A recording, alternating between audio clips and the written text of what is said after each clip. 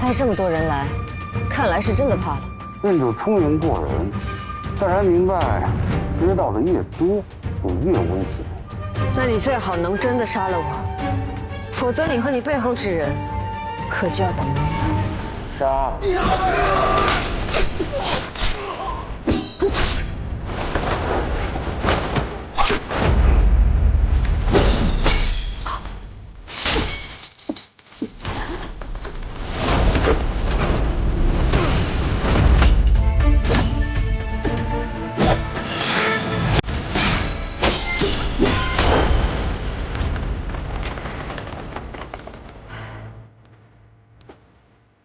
还有别的本事吗？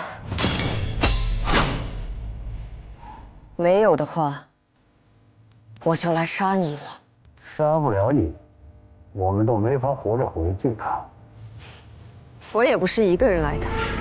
这个不用战了，你身边只是有一个萧怀子，还能帮得上你什么呢？杀！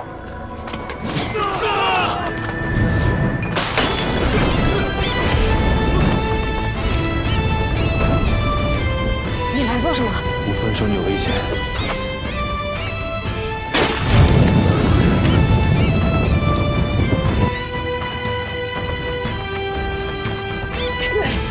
先生，我大意了，街上有毒，你快走，别管我了。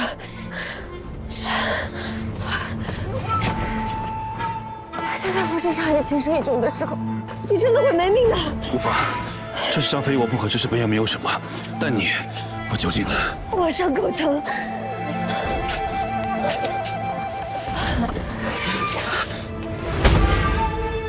想把我打晕，然后自己去送死是不可能了。要么我们一起逃出去，要么我陪着你一起等死。我不会感激你的。如果想被你感激，就不会选择陪在你身边了。那么太时长，我们试着活下去吧。小疯子，离了老头我被打得这么惨吗？老鬼头，你怎么来了？我再不来就要直接为你收尸了。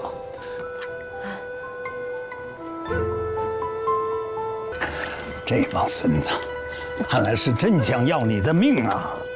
此毒可解吗？吃了我的药死不了，但活罪得受啊！什么意思？裴爷，先主，你死不？没事，能吐出来就好。老鬼头，你怎么知道我出事了？你呀，教你的东西从不往心里记，绕到明州也不知道隐匿行踪，连我都听说了，他们能不知道吗？就算要查，那也是兵贵神速，耽误这么久，不就是给人时间杀你吗？你大老远从西京跑过来，就是为了来骂我的。你呀，该骂。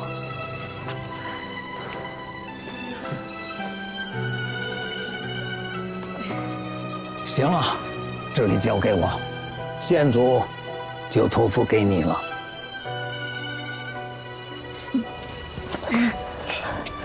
我他妈人多，不好对付。所以才让老头子我来呀。走吧，小疯子，以后活得仔细一点，别再给老头子我添麻烦。答应你。滚蛋！保重。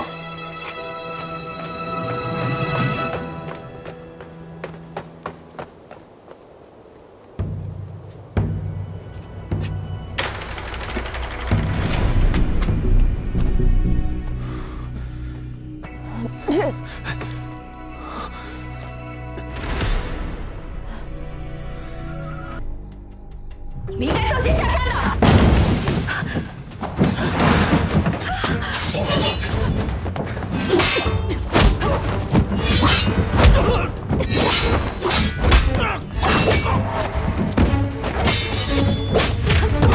别让月娘跑了。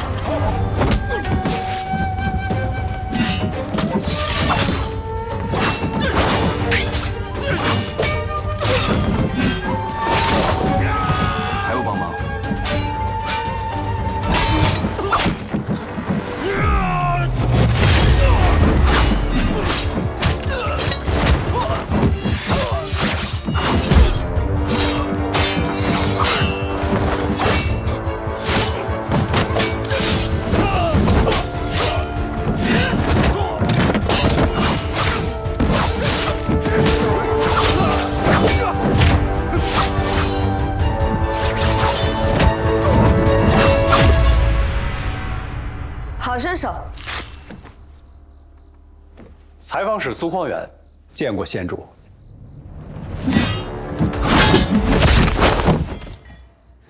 多谢采访使相助。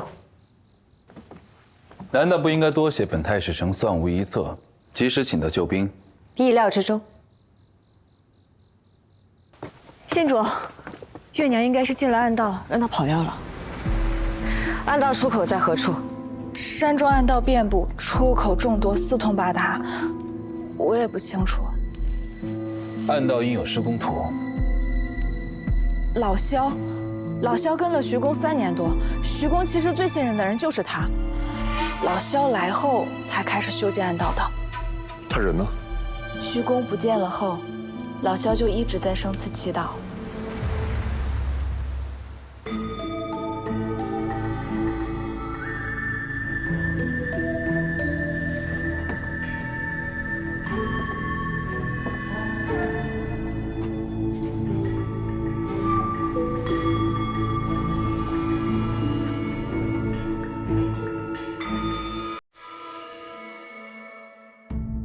徐公为保山庄的运势流通，特意修筑了几条密道，密道之间都相互连通，入口众多，但出口呢，它并不复杂，只是比较隐蔽，就在老奴标记的那几处。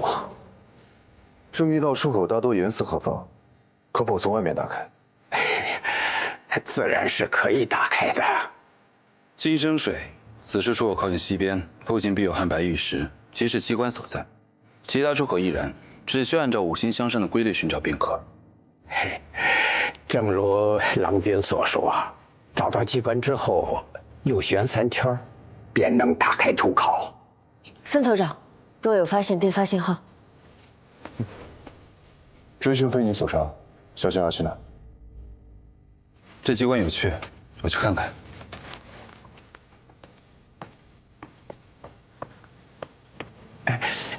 如果此处没有老奴可帮上忙的地方，那我就先告辞了。县主，这是喝了多少啊？县主，干嘛？有案子，我告了假。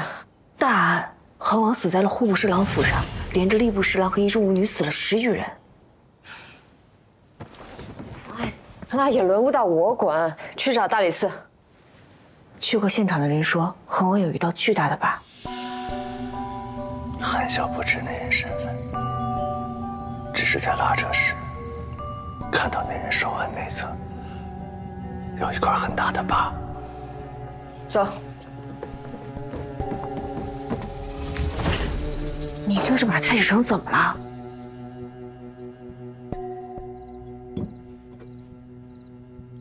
县主，我没事，你们休息吧。是太史丞来了。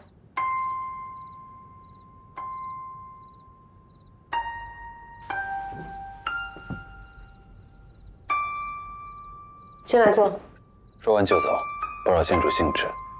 自打御书房走水，县主一直告假不出，我想也没有什么需要我的地方了。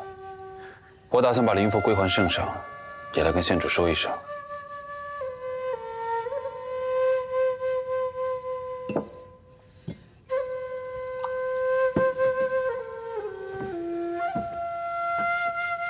喝一杯。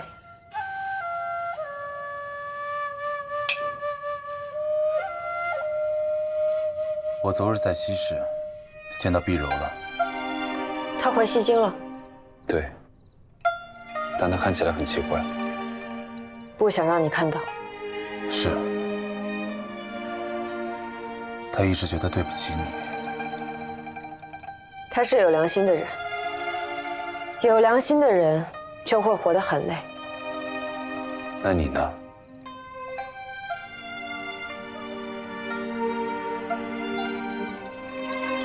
我看太史丞是够累的。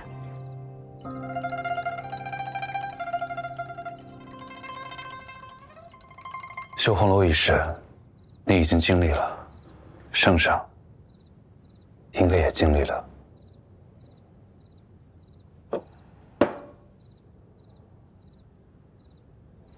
15年前，也是一个月圆夜，我生病留宿宫中，家中却突遭灭门，府上上百人口全部被杀。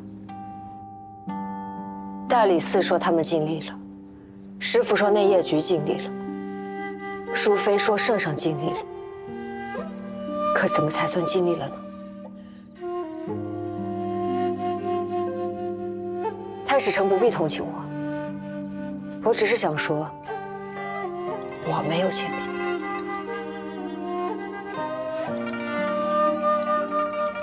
你今夜来同我告别，也算有始有终。这大半年，感念太史丞相助。夜深了，我不送。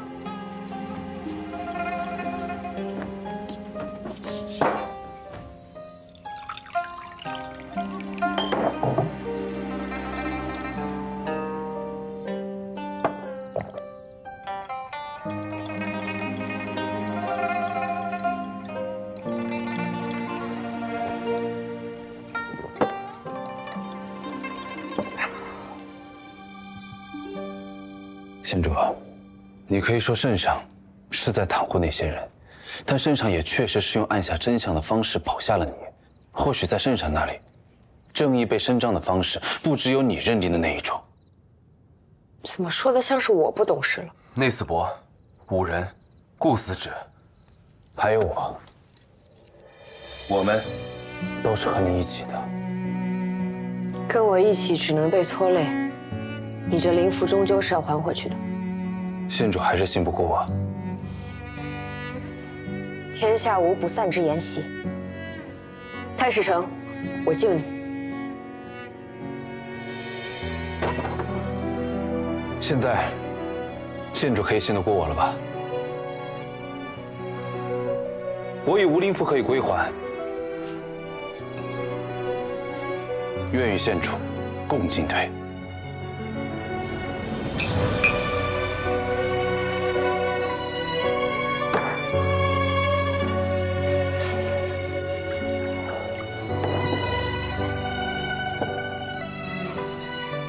其实县主与平日表现的并不相同，与旁人所说的、所想的也完全不同。萧某不敢说多了解县主，但还是知道你的为人的。多谢太史丞。叫我太史丞，那就还是信不过我。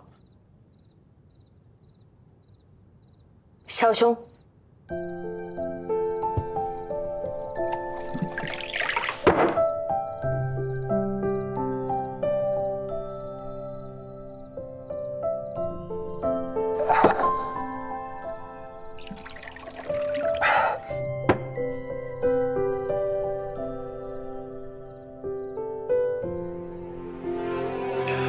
你不是无情，你只是不喜欢掩饰。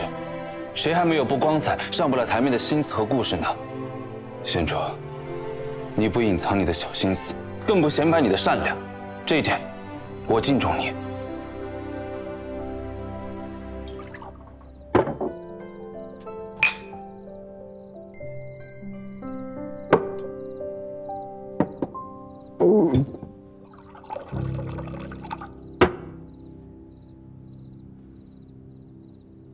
干杯！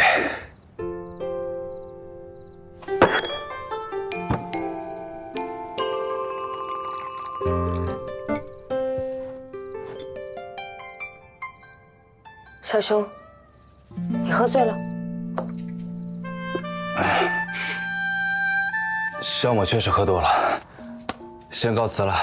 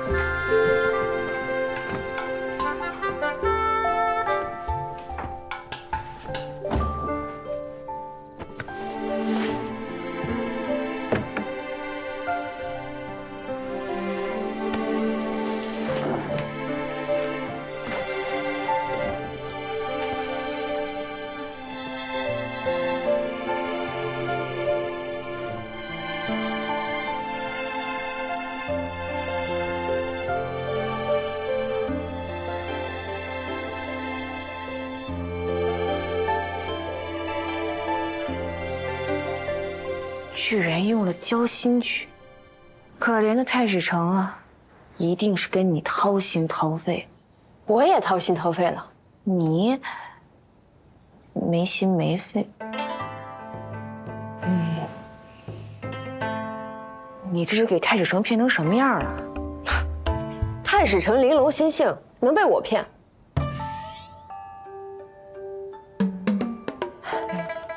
太史城，不，少秋，户部侍郎杨尚礼府上有命案，我们先走一步。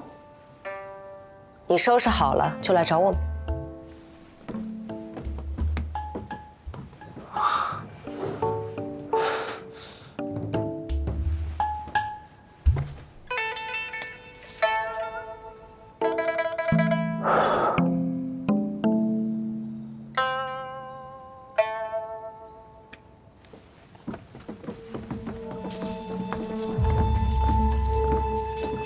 县主，昨夜杨侍郎秘密宴请了恒王和于侍郎，说有要事相商，让下人们不许靠近后院，只留下了这些武技伺候。武技是平康坊哪一家的？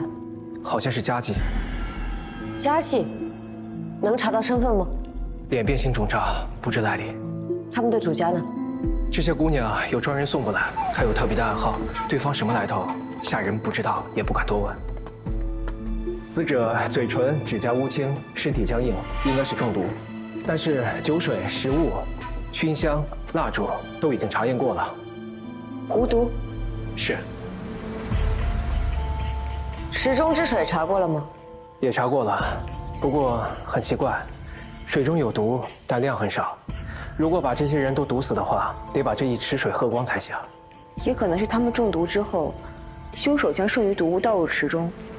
他们死亡时间相仿，几乎是同时中毒，但喉咙没有黑，所以毒不是从口入的。难道这是泡澡泡死的？这是什么新鲜玩意儿？这是西域传过来的烟玉，在石炉下面烧火，把石头烧热，再把水浇在石头上面，就会腾起热气。人在热气里蒸着，据说可以活血健体。最近西京城很时兴这个。戴礼寺很厉害，这不就把案破了吗？啊，破了？怎么就破了？毒就是这么让他们吸进去的。什么毒查出来了吗？看他们中毒的症状，应该是几种毒药调配而成，但是池中的毒被稀释的很厉害，很难查到。把水拿给老鬼头，他有法子。那四伯已经致仕了，那不是刚好有时间？小兄，县主，这御史我总觉得有些奇怪，但我又说不上来。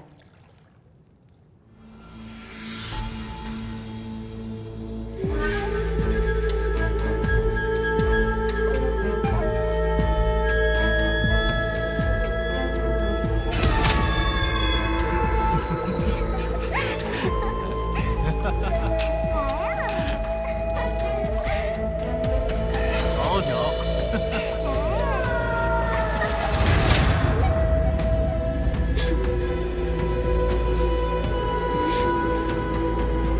那里少了一人。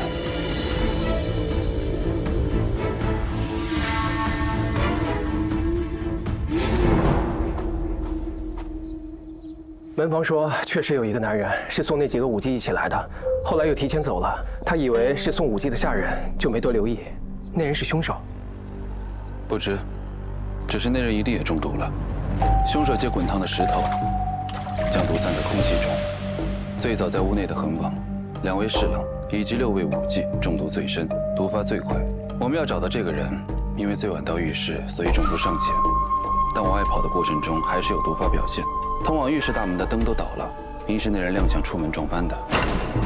去查今日告假的官员，不管病假事假，都要见到人。避而不见的，我们就亲自探望一番。是。那人坐在2位侍郎中间，应是主位。那就更简单了，只要查4品以上的就好。想到什么了？没什么。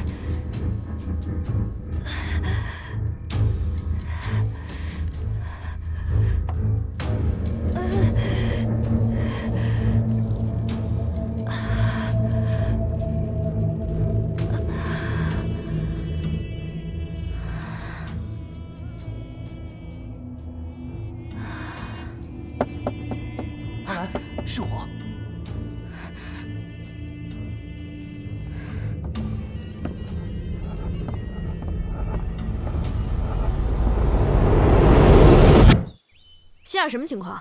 不是说好尽早退房的吗？再去催一下。好嘞。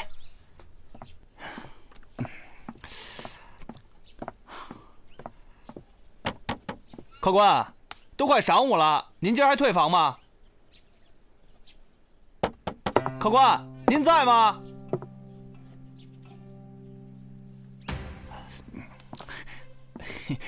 这间房已经订出去了，让他赶紧结账走人。我敲了半天了，里边没人应。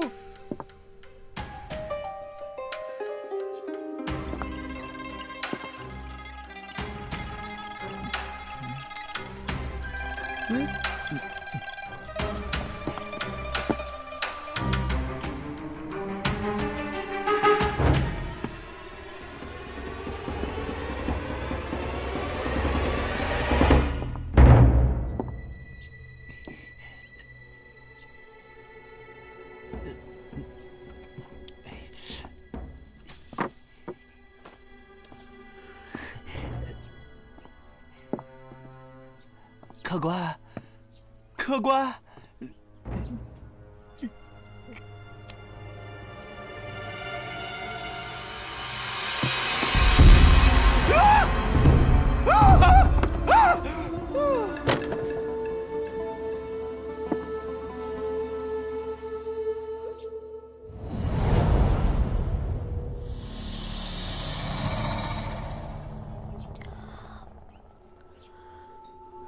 我以为他们是夫妻，就没多问。他们脸蒙得挺严实的，穿的倒是很普通。你就没看清他们的脸？我这店这么大，来来往往的客人这么多，我一个个都要看清楚脸。我这生意还做不做了？哟，那你说说，这个没脸的男的，他的衣物里竟然没有1文钱，是为什么呀？我看是你把值钱的东西全都拿走了吧？这不会是个黑店吧？店里卖的是人肉吧？啊？是不是把你男人剁了，也做人肉包子了？是不是啊？是不是呀？说呀！说呀！说呀！说呀！不说话，不说话就是承认了呗。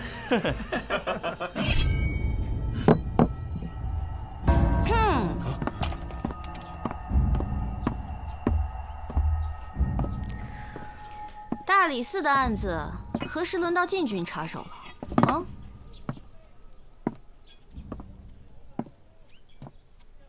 我说你们几位可真有空啊！大白天的不去巡街，反倒跑来扰民，敲竹杠是吧？要多少？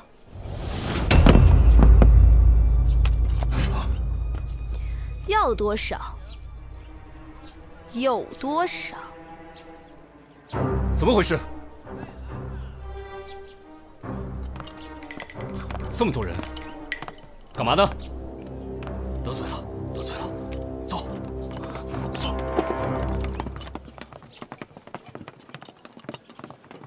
萨摩呢？蹲坑呢？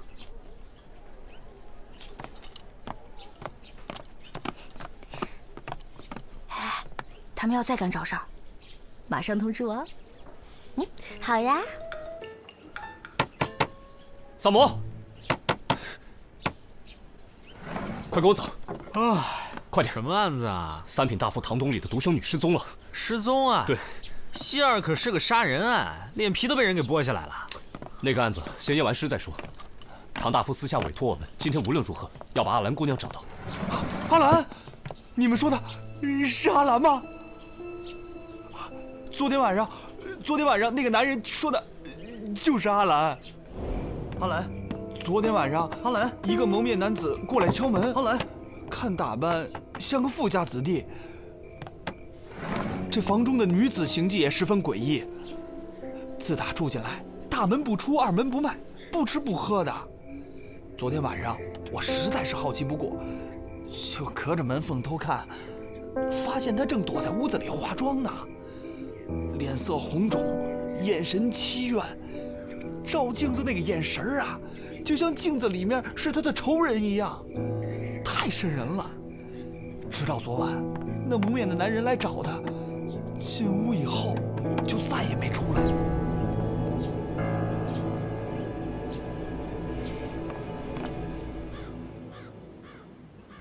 唐大夫嘱咐过，生不见人，死也要见尸。请。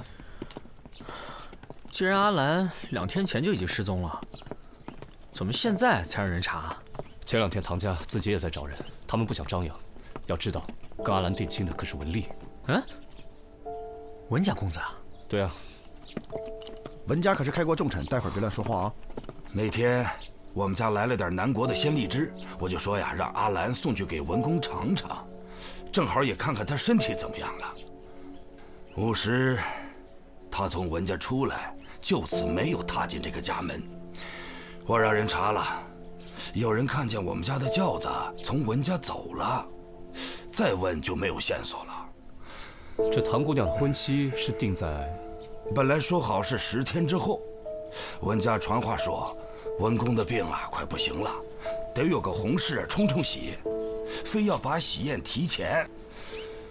前天我去文家跑了一趟，老文呐，他眼睛都睁不开了，我能说个不字吗？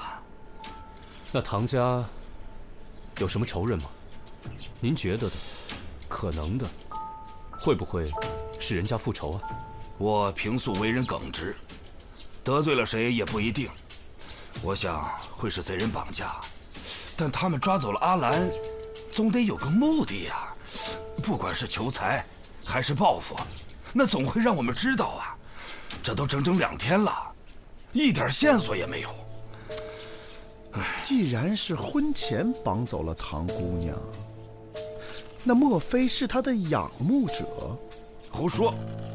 我家阿兰温良贤淑，怎么会是那种招蜂引蝶的女子？我不是那意思。你家中可有唐姑娘的画像？有。你去拿来给官人看看。主人。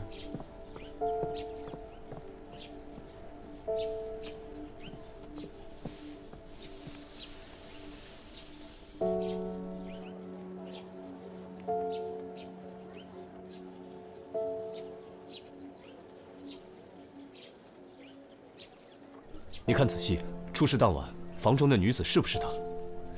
眉眼像，发饰也像，没错，就是她。有没有这种可能？这个阿兰不想嫁人，便把未婚夫约出来，谋杀、剥皮，然后逃跑。这个文大公子沉迷酒色，声名狼藉。阿兰因为这桩婚事心生忧虑，也正常。但是一个弱女子又出身书香门第，下手怎么会如此狠毒？一个弱女子逃不远，现在关键是先得搞清死者是谁。你们家主人呢？哦，我家主人重病缠身，不便见客。那你这是带我们去？文夫人在。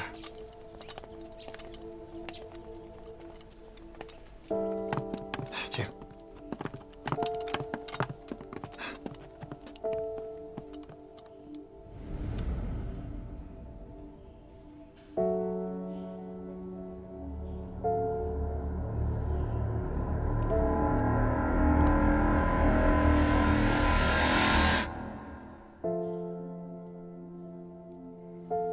请坐。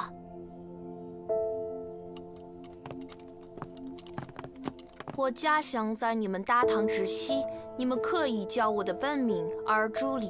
文夫人，在下大理寺少卿李治，因查案需要，想见见文家的2位公子，不知可否方便？当然可以。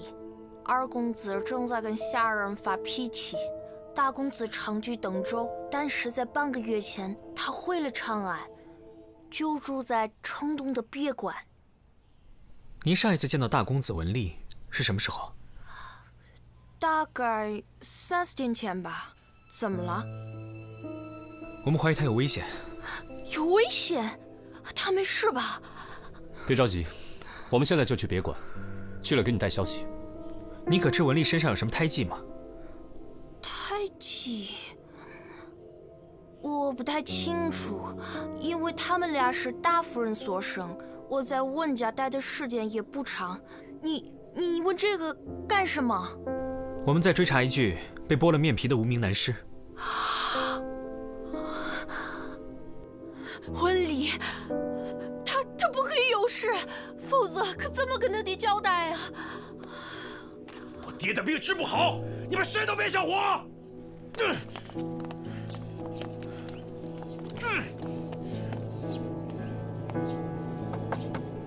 文涵，文涵，滚出去！太没有教养了。没事儿，二公子担心主人的身体正在气头上，咱们走吧。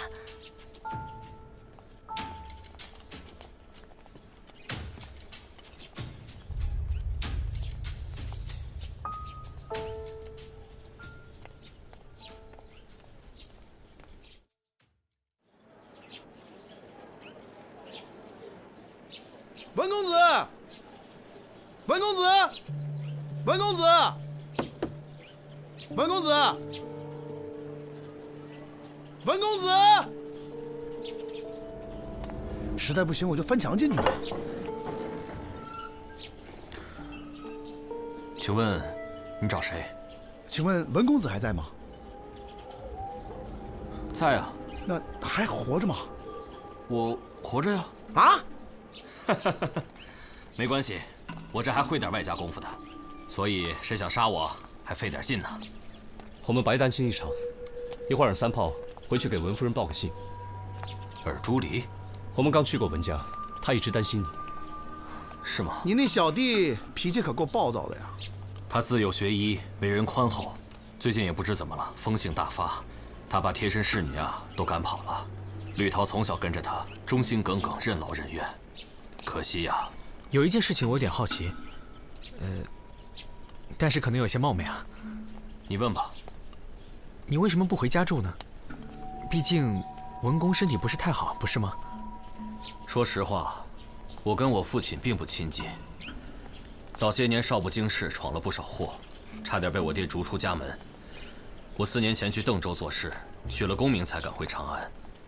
哎，对了，明天是我大喜的日子，你们也来吧。我文某能交到你们这样的朋友，是我的荣幸。请，里面小酌几杯。好啊。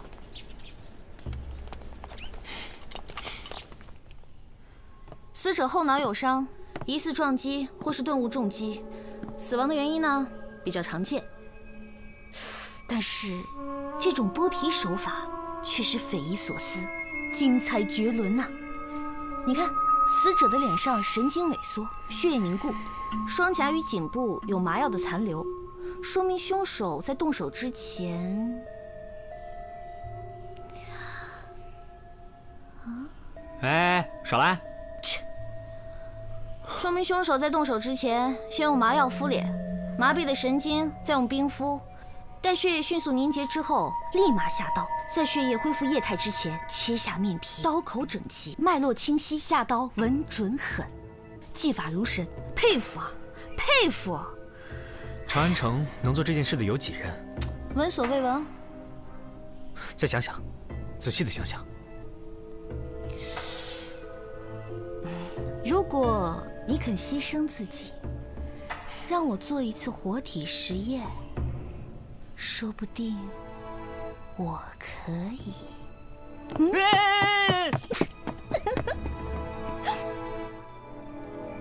大小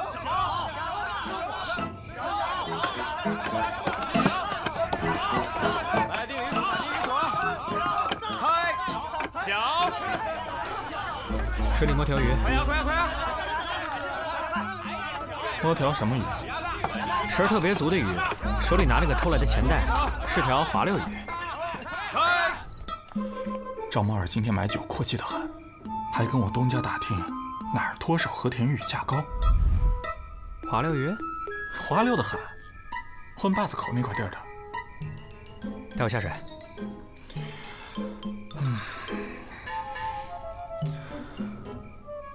赏你的。他不是犯了什么案子吧？杀人案，你信不？不信。就赵猫那个胆子，最多偷个钱袋子，你让他杀只鸡，哭给你看。哎，我钱袋呢？啊，李少卿，没事儿，你跟四娘这么熟，她不会杀你的。谢谢紫苏姑娘。我们再去趟唐家。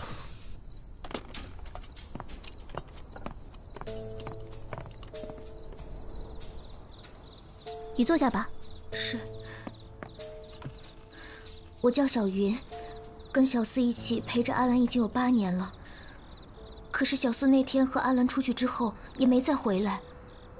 你不要害怕，跟我们说一下，有哪些人对唐阿兰还有心思？我知道一些。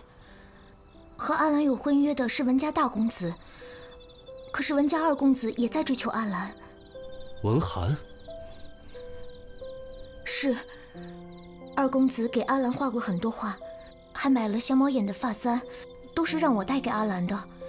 2个人时常有书信往来，吟诗作对，所以我感觉阿兰也喜欢二公子。每次提起与文大公子的婚约，都会泣不成声。你这是帮了大忙了。奴婢不敢。怎么了？主人说阿兰大婚之前回不来，我们都得挨板子。什么？主人还说，总之这门亲事不能出错，不能推迟。如果出了岔子，非但误杀，连命都保不住了。文家人真的得罪不起，2位官人，可一定要为我们做主啊！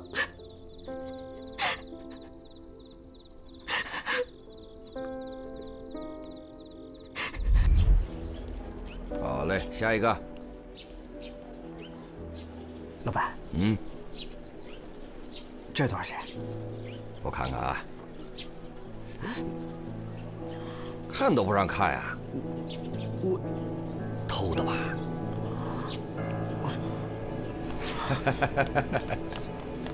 哎，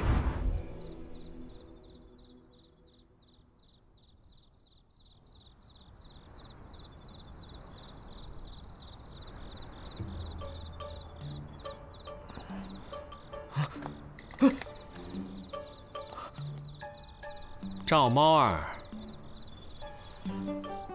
哎，这不是我的吗？你什么时候拿走的？我捡的。捡的？再嘴硬我马上报官。偷的。哪儿偷的？死人身上吧？不，赵猫儿，你的脚印留在作案现场了。那个，知道官府会怎么说吗？我进去的时候他就已经死了。赵猫儿，你不怕死人？我当时喝了点酒，趁着酒劲儿，我就把钱袋给拿走了，不拿白不拿。你不怕厉鬼找你报仇吗？不，那个，千年大老爷，3千在上，真不是我呀，我真没有杀人，我没有杀人啊！就这么点胆子啊？我问你，你没被那张脸吓湿裤裆？是什么？剥了皮的脸啊？哪儿啊？哎，那你见到的死人什么样？他挺清秀的，然后跟个娘们似的。你当真进的是四娘的凡舍？对。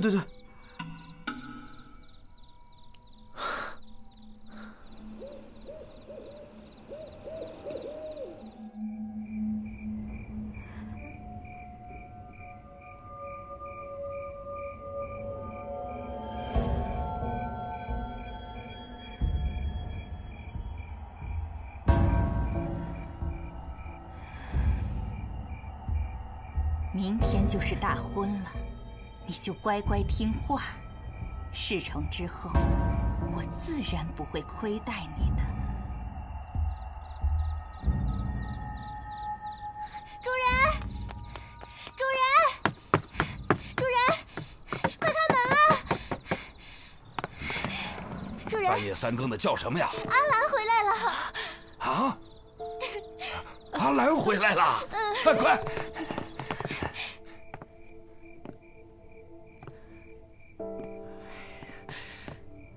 这都半个时辰了，阿兰，你说句话吧。阿兰，你让我们怎么办呢？啊？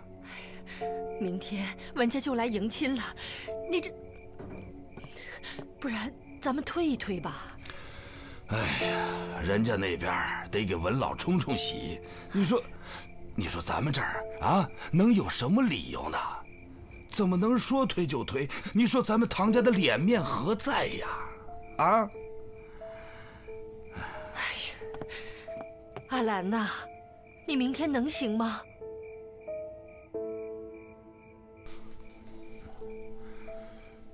你看，我觉得呀，阿兰心里边喜欢文公子，这也都申了，不然就歇歇吧，好生服侍啊。是，主人慢走。夫人，走。阿兰，四儿怎么没跟你一起回来呀？阿兰，阿兰，你倒说句话呀！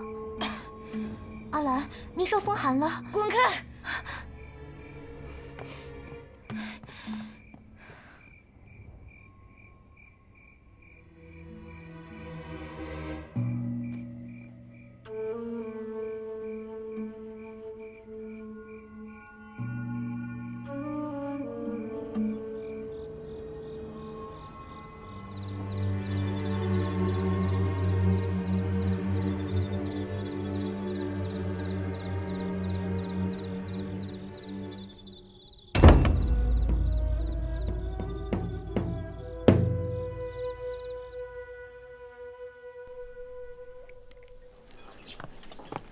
萨摩，来壶酒。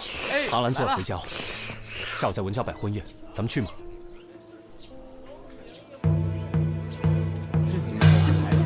这么一个书香门第的大才女，竟然为了老爹的仕途，居然嫁给这么一个浪荡子，是可怜了。真是可怜，可悲，可笑啊！可怜。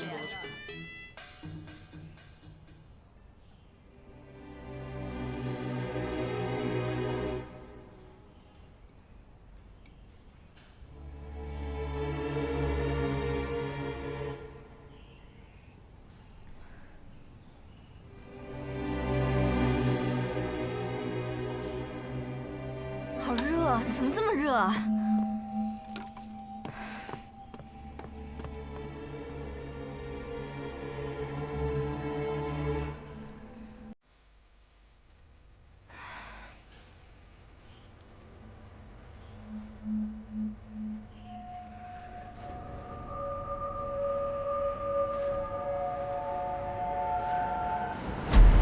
滚出去！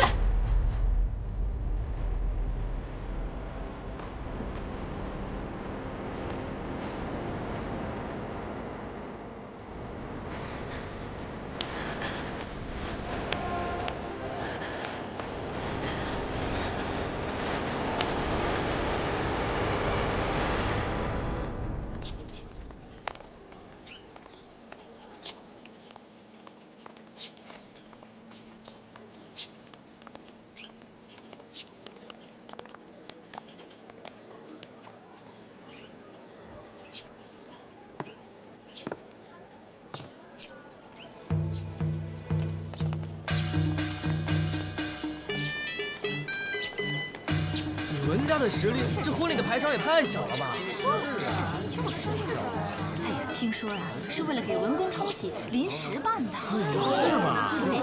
而且啊，我还听说文公病重，由文夫人主婚，说什么婚礼习俗中西合璧，这也太扯了。就是啊，真是这是什么道理啊？哎呦，你看看这么好的姑娘。哇，好大的宅子啊！真不愧是文国公啊！啊，过来！我告诉你啊，一会儿千万别手痒啊！哎呦，我知道，我不会乱碰的。待会儿给我仔细辨认。哎，不要！里面，这不是萨摩公子和李少卿吗？恭喜恭喜啊！我们得到文公子的邀请，怎敢不遵命前来赴宴呢？哦，昨天麻烦你们帮忙带信了，我二助理应该敬你们一杯。客气。怎么没见着文二公子呢？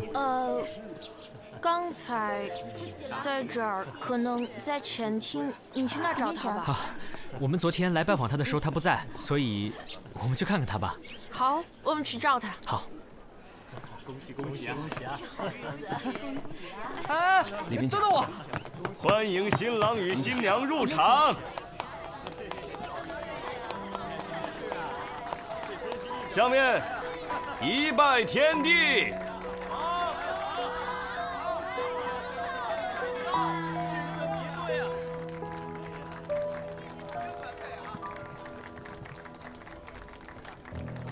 二拜高堂。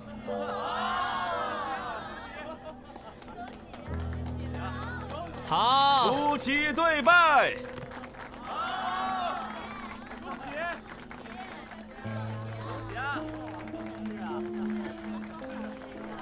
哎，赵猫呢？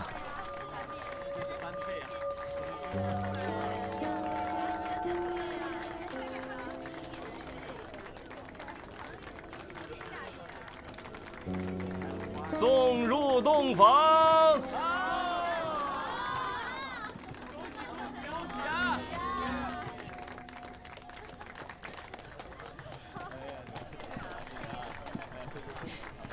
好，恭喜恭喜啊！这婚礼很有特色啊！谢谢。以后如果你结婚，我也给你办一个。啊？不好了，不好了！二公子的马在外面发了疯，又乱踢又乱撞的。怎么出这个人了？人呀！会闹出人命吧？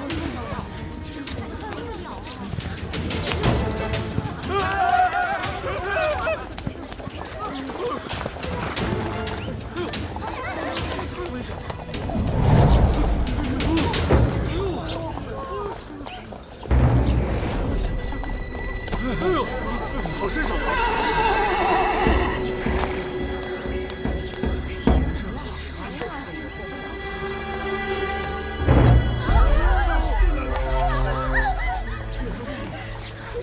玉。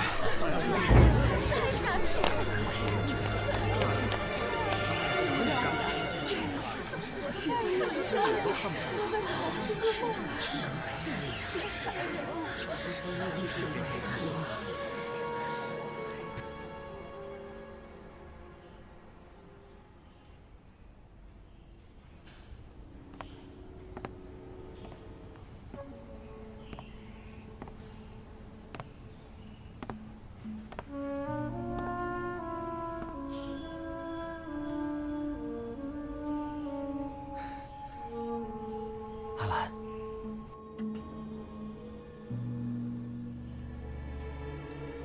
阿兰，让我看看你。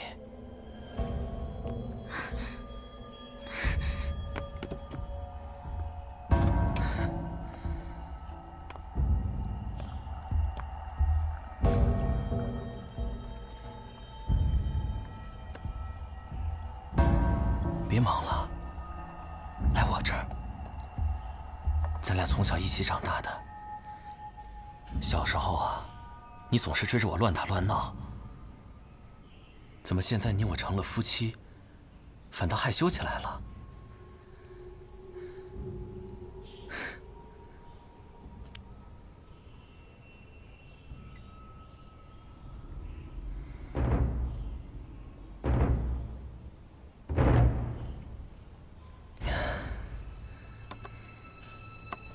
阿兰，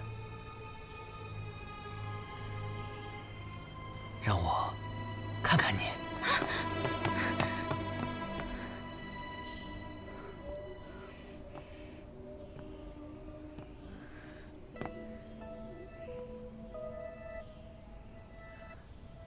你怕我？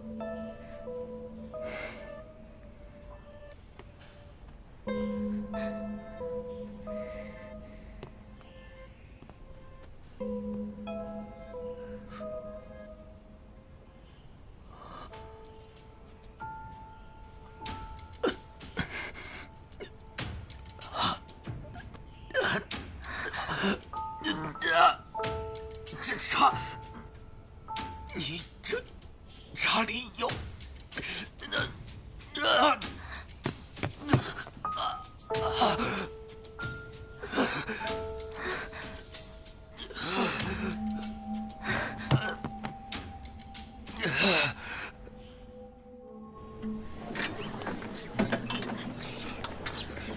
刚才死的那个不是文涵，那是谁？只是个替死鬼罢了。真正的文涵已经死在凡舍了。你怎么知道？他的玉佩和钱袋是赵猫儿偷的。他当时潜入房间的时候，尸体还没被剥下脸皮。结合出入时间和验尸的结果，可以断定，死者必是文涵无疑。也就是说，之后又有人偷偷潜入了房间，把文涵的脸剥了下来。你听说过巫蛊换头术吗？那只是传说吧。对于身量相当的人来说，只要稍微改变一下面容，就可以达到以假乱真的效果。你是说，昨天我们见到的那个文涵，只是一个冒牌货？这样既可以除掉文涵，又可以洗清自己的嫌疑，真是一计高招。我问过唐家的侍女，她说文涵和阿兰有过旧情。什么？此事若已被文丽得知的话，会不会借了阿兰之口，将文涵约出来，然后设计害死他呢？我们得马上回去。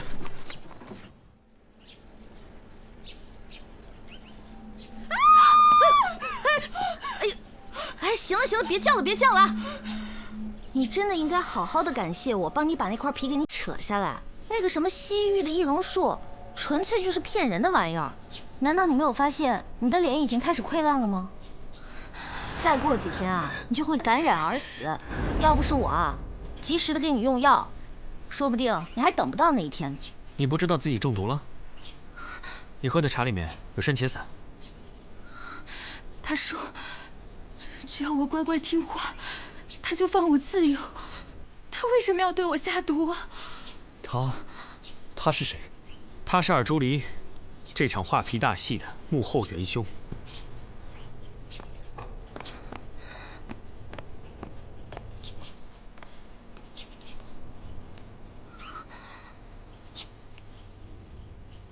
你到底是谁？如果我没有猜错的话，她就是被文涵赶出家的那个侍女，绿桃。绿桃？我是绿桃。你怎么知道？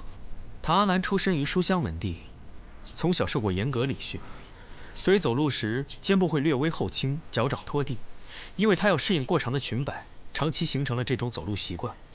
而大婚那日，你走路的时候，肩部前倾，略向内缩，背微驼，只有低眉顺眼的奴婢才会有这种身子。随后从正门到前厅，再到洞房，你都熟门熟路，所以你一定是文府的奴婢。而这一天，文府的婢女好像只少了一个，那便是绿桃。那他为什么会赶你走啊？文涵，滚呐！文涵为人宽厚，性格沉稳。当他得知自己的意中人即将嫁给自己哥哥的时候，彻夜难眠。而你作为一个奴婢，劝他放手，激怒了他，所以被赶出文府。因为他心气儿高，不想让一个下人说三道四。可是他的心里只有唐阿兰。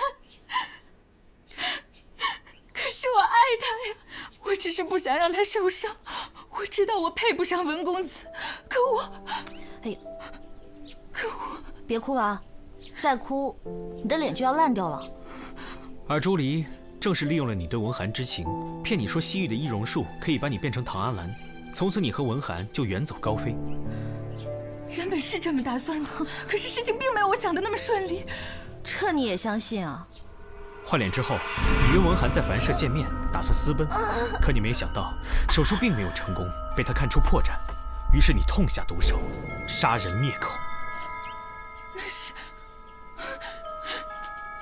一场意外。二公子他要找我见官，我情急之下随手一推，磕了他的后脑。我不是故意的，文公子。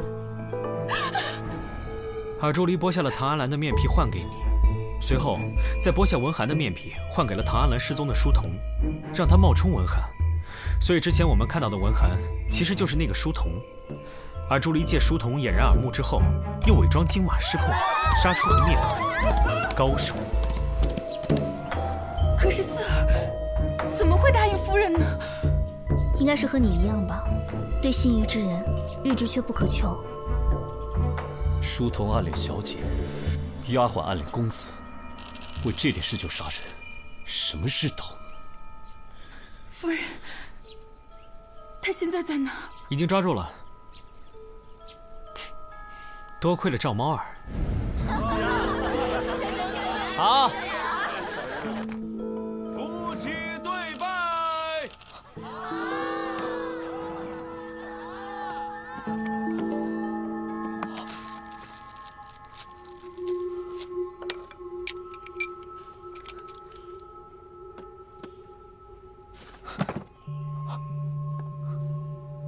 怎么一股腥味儿？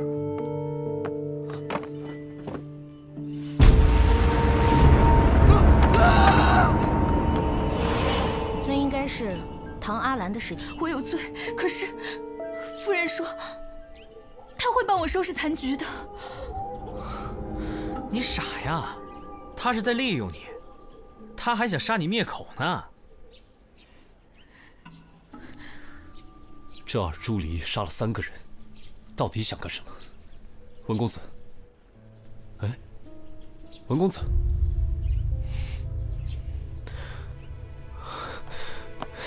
啊！放开！让我杀了他！放开！放开！放开！住手！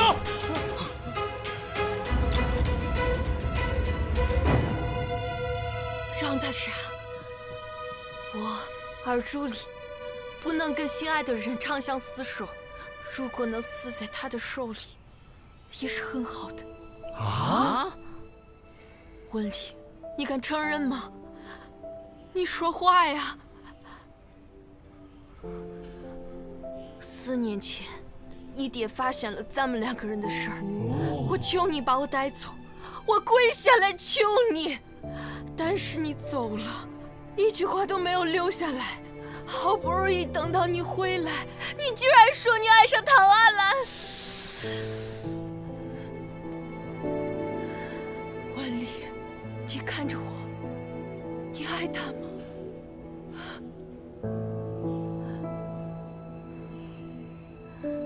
爱不爱有什么关系？我娶的人永远不会是你。为什么？因为他是家世清白、性情贤淑，能当温家好主母。你以为叫绿桃假扮阿兰下毒，我就可以改变对他的印象？你错了。即使我不娶唐阿兰，也不会跟你在一起。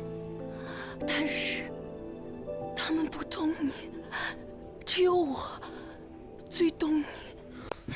毒妇，蛇蝎心肠，你为了自己的私利，你到底要害死多少人？温丽，他快不行了，所有的财产都是你的，是我们的，我们可以长相厮守，一起过无忧无虑的日子。多么吗你！我今天就杀了你！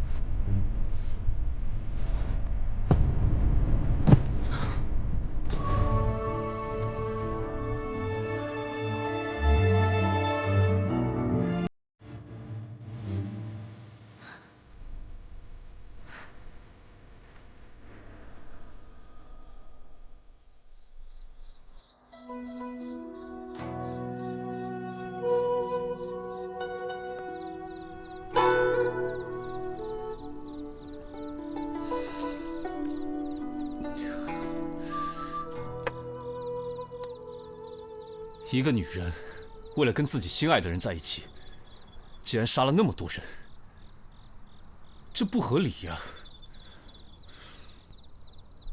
有什么不合理的？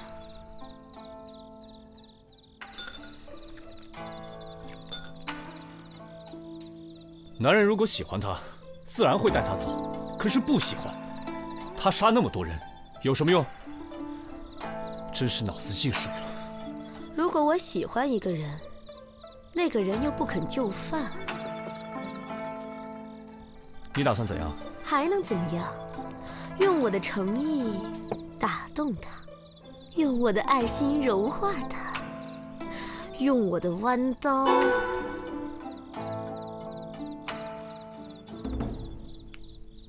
切牛肉给他吃。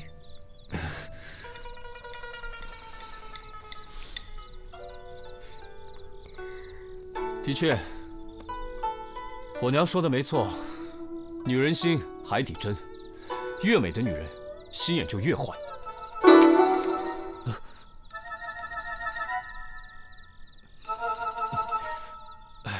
你看，你心眼那么好，所以咱们才能继续做朋友嘛。